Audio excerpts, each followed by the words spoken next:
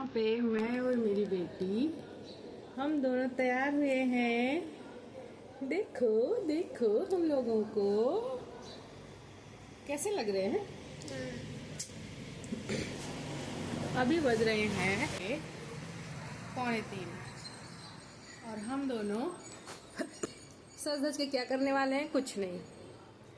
Lunch तो हम लोग 1 घंटे पहले कर लिए थे। 2 घंटे की स्लीप इसकी भी कंप्लीट हो चुकी है। तो अब क्या करने वाले हैं दिखाती हूँ। 1 2 3 गो। इतना सारा भंगार है, इतने सारे कपड़े मैंने आज कार्टन में से निकाले हैं। मेरे कुछ कपड़े हैं जो मैंने ऐसे ही इंगेज करके रखे हैं, अरेंज करके रखे हैं। तो यही एक अलमारी है जिसमें हम लोगों ने सारा सामान सेट किया है।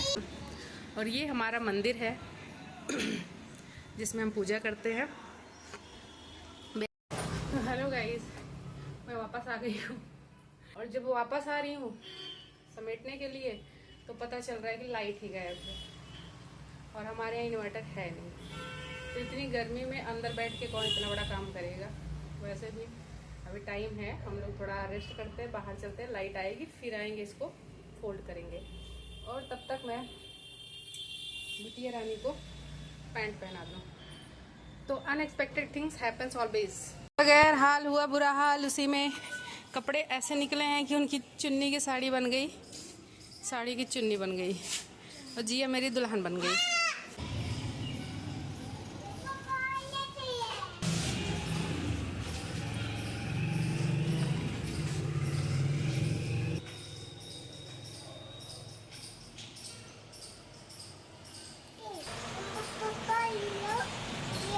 क्या हो रहा है जी? यहाँ पे घिस रही हो? चाय बना रही मेरी बिटिया रानी।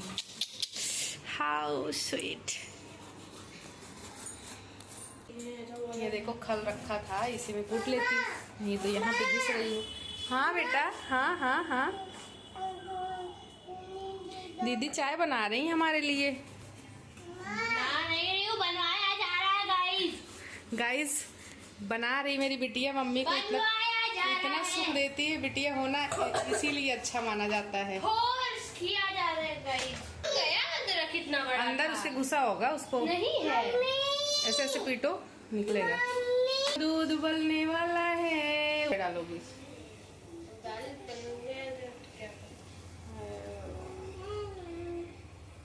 तो ये कौन है भाई? मेरे कपड़े में कौन घुस रहा है? खेली खेली खेली खेली। मम्मी एक वो बहुत फेमस हुआ है।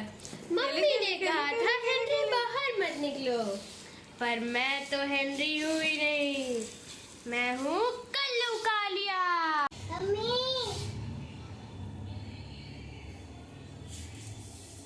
चाय की पत्ती। हाँ बेटा, एक half half half half.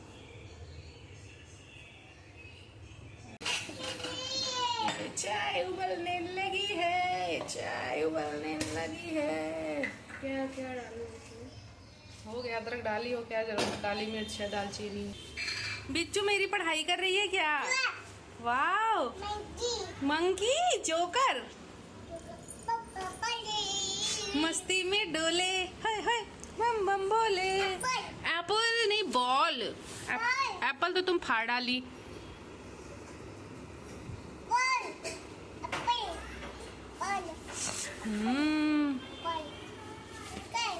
Giraffe, giraffe है ये तो। हाँ बेटा जिराफ को पढ़ रहा है मेरा लल्ला। Very good very good. हाँ सिर्फ वो है काली मिर्च। ये क्या है? ये हेलीकॉप्टर। ये क्या है? एरोप्लेन। वो अर्थ है, earth. Dear, oh dear, hello dear. वाह bat, helicopter, ink pot, giraffe, orange, lemon, go, nest, canal, monkey. कहाँ लेके जा रहे हो लल्ला? दीदी दिखाने? ठीक है चलो चलो। देखो शिवान्या और शिवांशी, शिवान्या और शिवांशी दीदी कितना प्यार करती है तुमसे। अपनी बुक लेके आई है दिखाने के लिए। लेमन, बॉल, कितने बड़े बड़े हैं ना। C for cat. cat. D for dog. जिया. ये है dog. Dog. हाँ क्या ये dog. हाँ. E for elephant. Elephant. Frog. Frog. F for frog. E for elephant. भाभी आ गई हैं but F for hand. Grapes कैसा लग रहा है। मुझे चाय बनाई जा रही है गाइस मुझसे। चलो चाय छानो। जब बच्चे 10 साल के हो जाए तो उनसे थोड़े बहुत काम कराने शुरू कर देने चाहिए, क्योंकि पढ़ाई से वो बोर हो जाते हैं। उनको पढ़ने के लिए बोलो तो कहते हैं नो मम्मा मुझे मोबाइल देखना है, टीवी देखना है। तो उनसे थोड़े बहुत काम कराया जाए घर गृहस्थी के। और चाय तेज कर दो थोड़ा। हाँ बस बन ही गई तुम्हारी है। तरह मैंने सफेद कलर की चाय नहीं खाई। ओहो यू लाइक कड़क चाय। तुम्हारे चाय स्मेलिंग गुड गाइस। एक इसको भी जूठा कर दी हैं, ये छन्नी जूठी कर दी, वो छन्नी जूठ, और इसको भी देखो फंसा ली हैं। फाइनली मम्मी के मदद से बन के तैयार हो। बनाई तुम छाना मैंने है। और जल्दी से पी लो नहीं तो चाय ठंडी हो जाएगी। ये भी आ गई है बेटा। क्या वो अब चलेगा नहीं वो। चलो हम लोग चाय एंजॉय करते हैं, आप लोग भी एंजॉय करिए समय मौसम।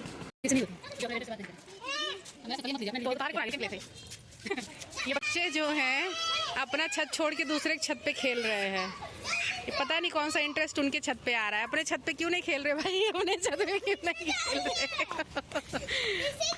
अपने छत पे क्या प्रॉब्लम है बताओ। बंद करिए। No no no no no don't go come जाओ बाय। ये देखो इनको पता नहीं है कूदने की पड़ी है। भैया क्या चाहते हो आप, क्या चाहते हो आप। इतनी भारी ऊंचाई से आप कूदना चाहते हो, जंप करना चाहते हो। इतनी ऊंचाई से गिरोगे तो क्या हाल होगा तुम्हारा। कूद जाओ अगर हिम्मत हो तो।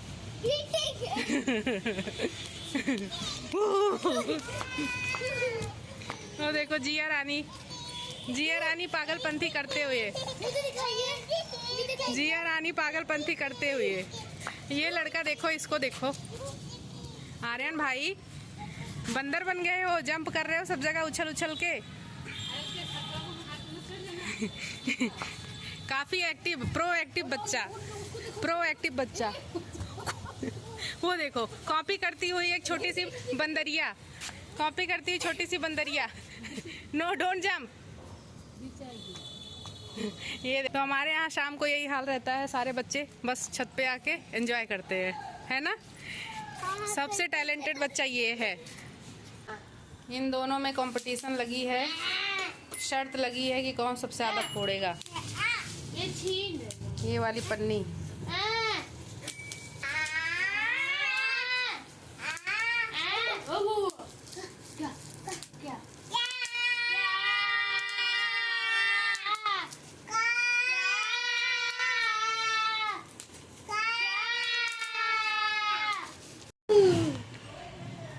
गाइस जब देख सकते हैं मम्मी ने कर दिखाया फाइनली। गाइस सब कुछ कर दिखाया।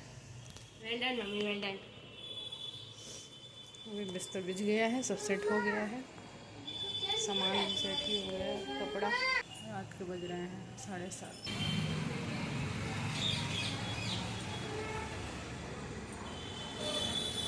क्या खेल रही हो।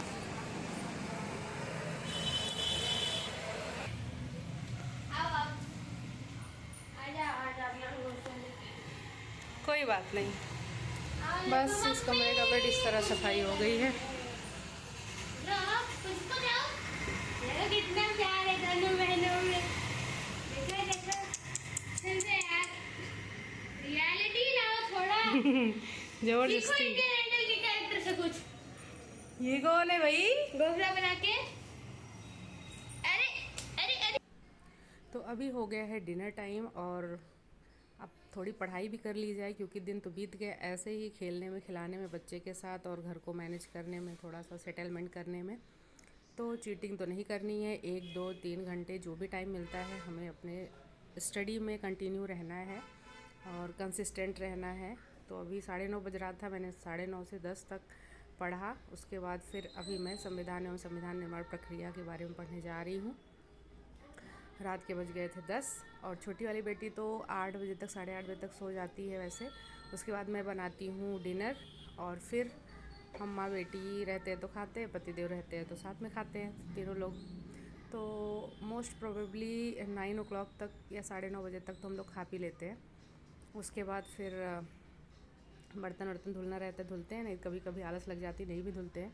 उसके बाद ही थोड़ा सा टाइम मिलता है, चाहे मैं मोबाइल वीडियो एडिट करूँ या फिर पढूँ। तो अक्सर मैं पढ़ लेती हूँ, उसके बाद वीडियो एडिट करती हूँ। एडिट करते करते कभी सो जाती हूँ, क्योंकि दिन में अगर एडिट करती हूँ तो बिटिया रानी आती जाती रहती हैं और एक वीडियो एडिट करने में कम से कम मुझे 2 घंटे लग जाते हैं। आती है तुरंत छुपा के मोबाइल रख दो, फिर उसके साथ जाओ थोड़ी देर खेलो या अगर कुछ उसको चाहिए तो उसको करो। उसके बाद फिर आओ, फिर थोड़ा सा करो, तब तक फिर आ जाती है। क्योंकि यहाँ पे अब जॉइंट फैमिली में तो रहते नहीं हैं, अकेले रहते हैं। पति भी हस्बैंड भी चले जाते हैं ड्यूटी पे, बिटिया स्कूल चली जाती है, तो रहती मैं ही हूँ। तो जो भी नीड होती है मुझे से मांगेगी या खेलना होगा मेरे साथ ही खेलेगी, और तो कोई है नहीं अगल बगल। और जो बच्चे हैं भी वो शाम को आते हैं, वो भी स्कूल ही जाते हैं। तो दिन भर बस मेरे साथ ही आगे पीछे कुछ ना कुछ लगा ही रहता है। भाई बच्चा है, उसको एंगेजमेंट चाहिए, अटेंशन चाहिए, और अकेले तो नहीं रहने वाले हैं बच्चे। अब हम लोग बड़े हो गए, हम लोग अकेले एकांत में रह सकते हैं या किसी चीज़ में कंसंट्रेट कर सकते हैं। बस बच्चे हैं, उनका मन दिमाग हर चीज़ जानने के लिए उछलता रहता है, मचलता रहता है।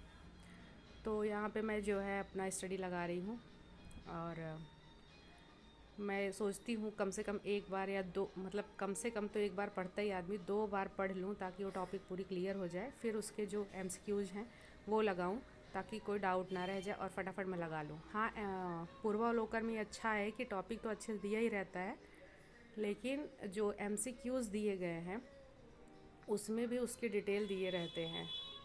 कुछ ऐसे क्वेश्चंस होते हैं जिसके जो है टॉपिक के अंदर में नहीं उसका डिटेल दिया गया है, तो उसके भी डिटेल जो MCQs हैं उसके आंसर के बाद दिया रहता है। तो अच्छा लगता है पढ़ने में और करने में। तो मुझे तो बहुत अच्छा लगा ये कॉन्सेप्ट जो पूर्वावलोकन में इसमें दिया गया है बुक में। तो अगर आप लोग चाहें तो आप लोग ख़रीद सकते हैं और पढ़ सकते हैं। NCERT बेस्ड ही है और कॉम्पिटिटिव एग्ज़ाम के अकॉर्डिंग है। बहुत लोगों ने प्रेफर किया है इसको पढ़ने के लिए और वही सब देख के मैंने भी इसको ख़रीदा है। और बस अब यही पढ़ेंगे, तैयारी करेंगे। अभी तो इतनी सारी अफवाहें उड़ रही हैं, सुपर टेट आने वाला है, यूपी टेट आने वाला है, लेकिन एक सचिन सर हैं जो कह रहे थे, मैं गया था प्रयागराज और मैंने वहाँ से पता किया तो अभी कुछ ऐसा नहीं है। अभी तो शिक्षा आयोग का गठन ही हुआ है, उसमें भी अध्यक्ष का चुनाव ही हुआ है। तो अभी सब लोग नए नए हैं, अभी सब लोगों को कोई मतलब इतना नॉलेज, मतलब वो डाटा नहीं है कि कितना क्या कैसे है, कितना निकालना है कितना नहीं। सारी प्रोसेसिंग समझने में टाइम लगेगा, फिर भी 1-2 महीना तो लग ही जाएगा। उसके बाद ही जो है कुछ डिसीज़न निकलेगा। तो जो न्यूज़पेपर में अफवाहें हैं या और सोशल मीडिया पे या चैनल पे, यूट्यूब, बेटा तो अभी मैं एडिट कर ही रही हूँ, मेरी बिटिया रानी आ गई। अब आप लोग सोच सकते हो कि मुझे कितनी बार स्किप करना पड़ता है। बेटा बोलो बोलो, पढ़ाई करना अच्छा लगता है। इसको मैंने बुक दिया था और ये अभी पढ़ ही रही थी और बोर हो गई। जाओ पढ़ाई करो, मैं भी पढ़ाई कर रही हूँ ना, जाओ। तो बहुत अच्छी है, आजकल मोबाइल से एकदम दूर है, और दूर है मतलब मैंने ही दूर किया है, और बहुत अच्छा भी है। हर चीज़ समझना चाहती है तो बड़ा अच्छा लगता है। बहुत बड़ा स्ट्रगल है, बहुत बड़ा सेक्रीफाइस है। अगर हम लेडीज़ अपने बच्चों के साथ और फैमिली के साथ एंगेज करके, मैनेज करके, नॉट एंगेज करके पढ़ाई कर रहे हैं और जॉब की तैयारी कर रहे हैं। अब देखो इसको, मुझे परेशान कर रहे। एडिटिंग कर रही हूँ, रात में पढ़ाई की थी, तो ये मत सोचिएगा कि मैं इसके टाइम पे कर रही थी। हाँ, तो बहुत ही ज़्यादा चैलेंजिंग वर्क है ये। और बेटा तो अभी मैं थोड़ा सा टीवी चला दी हूँ और वो टीवी देख रही है। टीवी मतलब कार्टून में राइम्स लगाई हूँ, हिंदी राइम्स, इंग्लिश राइम्स। तो फिर वही सुन रही है। तो मैं अभी थोड़ा सा मैं सोच रही हूँ कि एडिट कर दूँ, एडिट मतलब वॉइस ओवर कर दूँ। और बस यही सब अपडेट है कल की, आज की अब कल दिखेगी आप लोगों को। और बस ऐसे ही धीरे धीरे स्लो मोशन में चल रहा है, जितना मुझे टाइम मिलता है, 1 घंटे 2 घंटे 3 घंटे का। ऐसा नहीं है मैं 6 घंटे 8 घंटे कर पाती हूँ, क्योंकि मेरे पास एक छोटी बेटी है। मैं नहीं चाहती उसका बचपना ख़राब हो। हाँ, अपने साथ भी नहीं चाहती हूँ ख़राब हो, कुछ बुरा हो, लेकिन हाँ इतने दिन नहीं हुआ तो 1 साल और थोड़ा सा 6 महीना मैं इंतज़ार कर लूँगी। फ़िलहाल स्लो मोशन में ही कंटिन्यूअसली कछुए की चाल ही चलूँगी, बट कुछ तो माइंड में अपने भरूँगी, कुछ तो एंट्री होती जाएगी, कुछ तो ज्ञान अर्जित होता जाएगा। तो मैं वो सोच के ये काम कर रही हूँ, ताकि कंटिन्यूटी भी बनी रहे और मेरी बच्ची के साथ भी मेरा टाइम स्पेंड होता रहे। और यही सब है आज का अपडेट। तो आप लोग बताइएगा, कमेंट करिएगा ज़रूर से ज़रूर। और मेरा ये नया चैनल है तो प्लीज़ सपोर्ट करिएगा। और बहुत ही उम्मीद के साथ मैंने ये चैनल ओपन किया है, और इसी तरह की वीडियो मैं अपने चैनल पे लाती रहूँगी और अपने जीवन से जुड़ी कुछ अच्छी बातें, कुछ वैल्यूएबल चीज़ें अपलोड करती रहूँगी। तो अगर आप लोगों को अच्छा लगे तो प्रेज़ करिएगा, तारीफ़ करिएगा और अच्छे अच्छे कमेंट करिएगा। और जो चीज़ बुरा लगे उसको भी आप लोग लिखिएगा। और कुछ सुझाव होंगे मेरी वीडियो से रिलेटेड, मेरे स्टडी से रिलेटेड, मेरी बच्चियों से रिलेटेड, पेरेंटिंग से रिलेटेड, तो वो भी आप लोग कमेंट करके बता सकते हैं। और क्या और मुझे ऐड करना चाहिए, किस तरह की वीडियो बनाने चाहिए, या कुछ और आप लोग मुझसे पूछना चाह रहे हों, तो वो भी आप कमेंट में लिख सकते हैं। मुझे बहुत अच्छा लगेगा आप लोगों के हर तरह के कमेंट पढ़ने में और उसका रिप्लाई करने में। तो अभी मैंने स्टडी कंप्लीट कर ली है, टॉपिक कंप्लीट कर लिया है, तो मैं एमसीक्यूज़ लगा रही हूँ। तो मुझे क्या होता है ना कि रात में थोड़ा सा रिलैक्स महसूस होता है, क्योंकि दिन भर की थकान से, या बिटिया सो जाती है सबसे बड़ी बात, तो मेरा माइंड एकदम पीसफुल हो जाता है, एकदम काम होके पढ़ाई करती हूँ। फिर भी टॉपिक में अगर 2 बार पढ़ी नहीं समझ में आया, या फिर समझ लिया है और आंसर्स लगा रही हूँ एमसीक्यूज़, तो उसमें जो आंसर्स दिए गए हैं ना, उसकी डिटेल जो दी गई है उसको बिना पढ़े मैं आगे नहीं बढ़ती हूँ, क्योंकि मुझे बहुत अच्छा लगता है। वो थोड़ा सा मतलब तीसरी बार चौथी बार रिवाइज़ हो जाता है। तो फिर आपको अगर नहीं भी करते हो, या आप एग्ज़ाम टाइम में रिवाइज़ करते हो, फिर भी आपके माइंड में वो चीज़ बैठी रहती है। तो मुझे तो भाई बहुत अच्छा लगता है ये कॉन्सेप्ट। और हाँ, करंट अफेयर के लिए आप सुबह सुबह जो है करंट अफेयर की वीडियोस देखिए और रिवाइज़ करिए, सबसे बढ़िया टाइम रहता है। और माइंड एकदम फ्रेश रहता है ना, तो सारी बातें समझ में भी आ जाती हैं और दिमाग में बैठ भी जाती हैं। तो मैं तो करंट अफेयर और रीजनिंग के लिए सुबह का टाइम चूज़ करती हूँ।